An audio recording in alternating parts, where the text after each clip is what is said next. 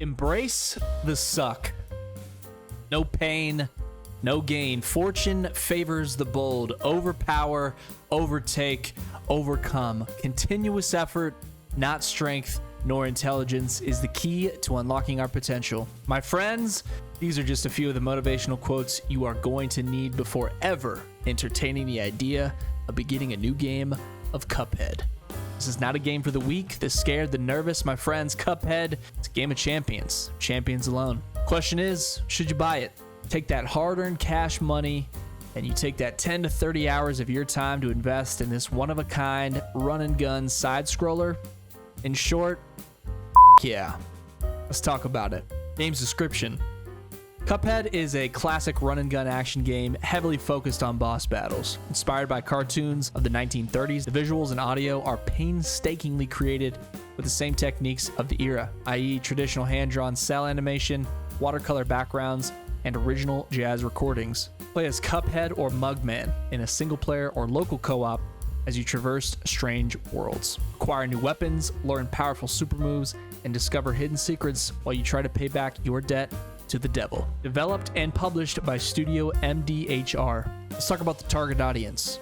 People with stable mental capacity, because this is going to be single-handedly one of the most frustrating gaming experiences next to titles like Elden Ring and Only Up. Cuphead is for everyone, but at a cost. And that cost is your own patience. Cuphead is hard. It really is. And if you're not prepared for that and have a little soft tissue baby body, you're gonna quit. It's fantasy cartoon violence, and the big bad is a devil, so I could see some folks having issues with that, but nothing over the top violent or mature in nature for a younger audience. This game is E for everyone. Let's talk about the art style. According to the devs, the visuals and audio are painstakingly created with the same techniques of the era, i.e. traditional hand-drawn cell animation, watercolor backgrounds, and original jazz recordings. The whole game pops. The color, the obvious hand-drawn and artisan feel of every color, shape, and character, it just feels quality. The perfect pizza isn't a perfect circle. Cuphead is not perfectly executed, but it's damn close. It's something handmade, and gamers should and do appreciate that even in 2024. It's a 1930s era style design thrust into the modern world, and the whole thing is done above and beyond the normal standard. Simply, it's beautiful. Let's talk about the combat. It's you versus everyone, with long boss fights being the focus. 28 in total. There is some traditional platforming focused levels, but the build-up is to get to that boss fight. Your character is customizable with all types of weapon, ability, passive, and ultimate upgrades, which can be purchased from vendors outside of stages or levels. If your build and items aren't working out, back out, rebuild, run it again. It's a run and gun combined with platforming, jump, aim, fire, survive. Let's talk about the core mechanics. Now, Cuphead's gameplay is centered on continual boss fights interspersed with run and gun levels. The top-down full map view will remind you of Mario as you enter levels or stages. This allows you to explore and select replay levels at your leisure. On this overhead map, you can also purchase, change the number of upgrades from vendors. Changing up your kit is highly recommended as each level provides a new set of challenges. There's not necessarily a best build, but I'm sure you could find some best build videos out there. It's also about preference. All of that comes into play. Now, local co-op is available, and I highly recommend playing with someone. As we all know, misery loves company. When I finished Cuphead, I did a race with a friend who could see who could complete the game and title in full first. Ended up being great for content for all you content creators out there. When I played it, there was no online co-op. I'm not 100% sure if that has changed, but we just played it at the same time and raced via Discord and Twitch. Run and gun, platforming, and a lot of dying. You run, you fly, you dash, you shoot, you ultimate, and I think I had mentioned dying because you're gonna die a lot. It's a lot.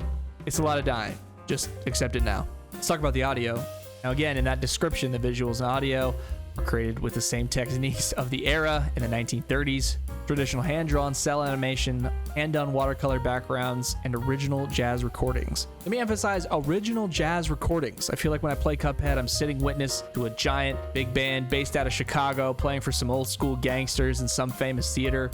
It's such a brilliant direction the Cuphead team took. This made the game uncommon, and it's totally worth it. Another title that would be a crime to play on mute. The music enhances, it excites the experience. The sound effects now of the combat fit nicely, but in my opinion, the music here is the real star. Let's talk about the story. So you find yourself on Inkwell Island. Cuphead and Mugman are a couple of kids who live under the watchful eye of the Elder Kettle. And despite the adults' warnings here, the brothers wander off and start hanging out at the Devil's Casino. It's a fitting place for a devil to hang out and begin playing games. Essentially, the brothers make a poor deal with the devil, but they have the opportunity to make it right, and thus launches the adventure. I don't want to spoil too much after that. A couple of brothers make a bad deal, and they have to fight to redeem themselves. Let's talk about the content. There are 10 to 30 hours depending on how much of a gamer you are. Plenty of achievements and replayability if you want to tap into the harder difficulties. 28 boss fights across 4 worlds. It's going to keep you plenty occupied.